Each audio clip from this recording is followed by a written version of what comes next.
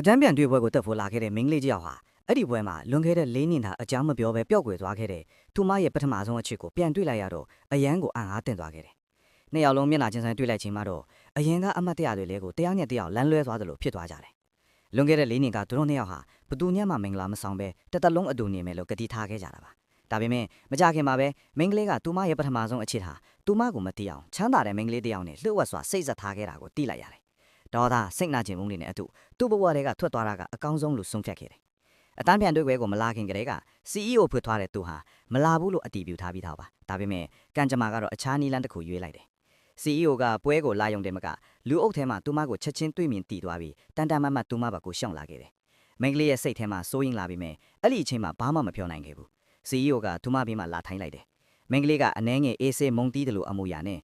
ရှင်ဘာတူလဲကျမမတီးပါဘူးလို့ပြောပြီးထထွားဖို့ကြိုးစားလိုက်တယ်။ဒါပေမဲ့အဲ့ဒီအချိန်မှာပဲ CEO ကသူမရဲ့လက်ကိုဖမ်းဆုပ်ပြီးမလွတ်လိုက်ဘူး။ဒါကြောင့်မိန်းကလေးကအယမ်းကိုဒေါသထွက်သွားတယ်။အဲ့ဒီအချိန်မှာပဲမိန်းကလေးတယောက်က CEO စီကိုလာပြီးဖလားထိုးစကလုံးတွေပြောစနေခဲ့တယ်။ဒါပေမဲ့ CEO ကသူမကိုလုံးဝစိတ်မဝင်စားပဲလစ်လျူရှုလိုက်တော့အဲ့ဒီမိန်းကလေးရဲ့မျက်နှာကအရှက်ကြောင့်ဖြူဖြောသွားခဲ့တယ်။အဲ့ဒီကိုမြင်လိုက်တဲ့ဘေးနာကမိန်းကလေးကအနှဲငယ်ပြုံးလိုက်မိတယ်။ဒါပေမဲ့နောက်တစ်ခဏမှာ CEO ကသူမကိုစိုက်ကြည့်နေတာကိုတတိထားမိသွားတော့ချက်ချင်းပဲတန်ရှင်းကန်းဘက်ကိုတွားလိုက်တယ်။တန်ရှင်းကန်းနဲ့ရောက်တော့သူမရဲ့အကောင်ဆုံးတငယ်ချင်းကိုဖုံးဆက်ပြီးဒီလောက်စီစဉ်ထားတာတောင်သူကကျမကိုရှာတွေ့သွားတယ်။မြန်မြန်လာနေကျမကိုဒီနေရာကခေါ်သွားပေးပါလို့ပြောလိုက်တယ်။ဒါပေမဲ့မထင်ဘက်ပဲ CEO ကသူမနောက်ကိုလိုက်လာပြီးတန်ရှင်းကန်းအပြင်မှာပေါ်လာခဲ့တယ်။မိန်းကလေးကဒေါသနဲ့ရှင်ကိုကျမမသိပါဘူးလို့ပြောပြီးထောက်သွားဖို့ကြိုးစားလိုက်တယ်။ဒါပေမဲ့ CEO ကထပ်မှန်ပြီးသူမရဲ့လက်ကိုဖမ်းဆုပ်ကနီးကပ်လာခဲ့တယ်။မိန်းကလေးကဒေါသထွက်ပြီးသူ့ကိုတွန်းထုတ်ကကျမတို့ခွဲပြီးသားပါကို့အကန့်အသတ်ကိုတိပါလို့တင်းမာစွာပြောလိုက်တယ်။ CEO ကတခုခုပြောချင်ပေမဲ့မိန်းကလေးကနားမထောင်ပဲကျမရှင်နဲ့မထိုက်တန်ပါဘူးလို့ပြောပြီးထွက်သွားလိုက်တယ်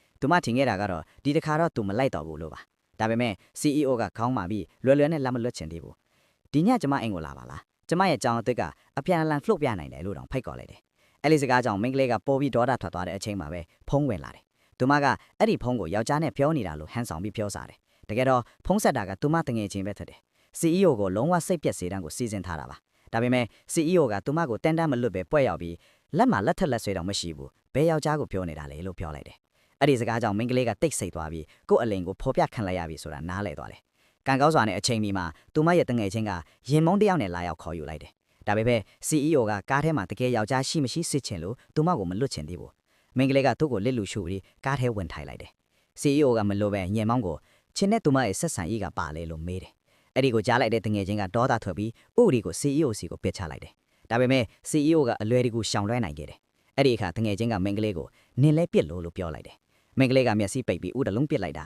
CEO ရဲ့နဖူးကိုတန်းထီသွားခဲ့